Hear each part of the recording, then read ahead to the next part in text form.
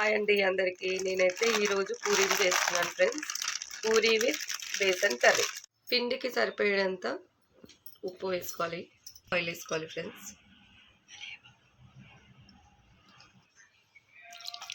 Water పోసుకొని కలుపుకోవాలి friends.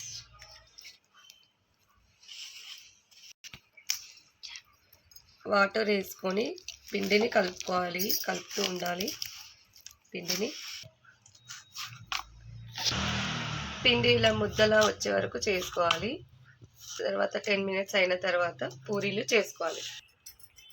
ఇలా చిన్న చిన్న ముద్దలు చేసుకోవాలి. పూరీ అయితే చేస్తున్నాను. ఆయిల్ అయితే హీట్ అయిపోయింది ఫ్రెండ్స్. నేనైతే పూరీలు చేస్తున్నాను ఇప్పుడు.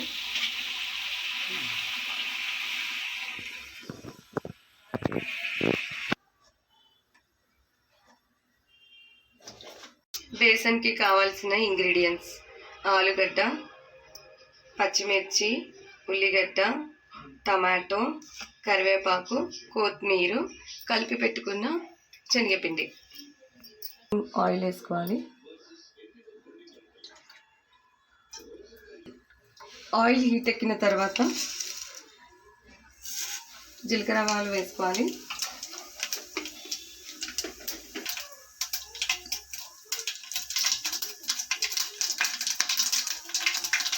వేసుకోవాలి.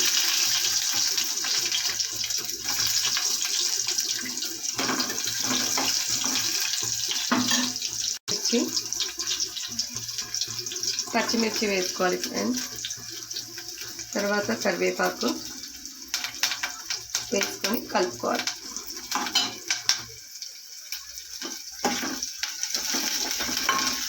కొద్దిసేపు తర్వాత ఆలు వేసుకోవాలి. ఆలుగడ్డ వేసుకొని బాగా కలుపుకోవాలి.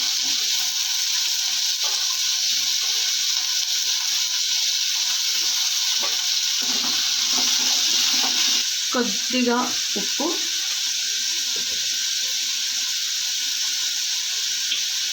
కొద్దిగా పసుపు వేసుకొని కలుపుకోవాలి.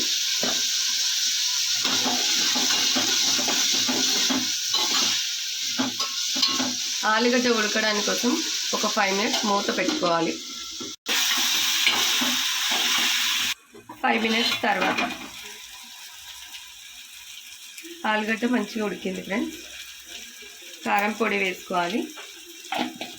కారం పొడి వేసుకున్న తర్వాత టమాటా వేయాలి. 1 టమాటా కట్ చేసి పెట్టుకున్న టమాటా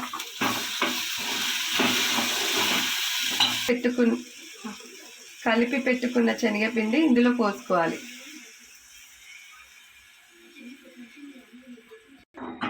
ఇప్పుడు ఏమి ఉంటుంది,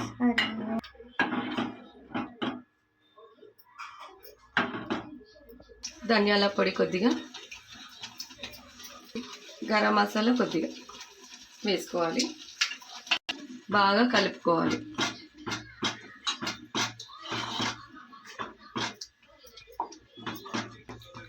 తగినంత ఉప్పు వేసుకోవాలి. ఎందుకంటే నేను ఆలుగడ్డ ఉడకడానికి కొద్దిగా ఉప్పు వేసాను. ఇప్పుడైతే ఈ బేసన్కి సరిపడే ఉప్పు వేస్తున్నాను. బేసన్ అయితే బాగా కుక్ అయిందండి. కొత్తిమీర వేసుకోవాలి. కొత్తిమీర వేసుకొని కలుపుకొని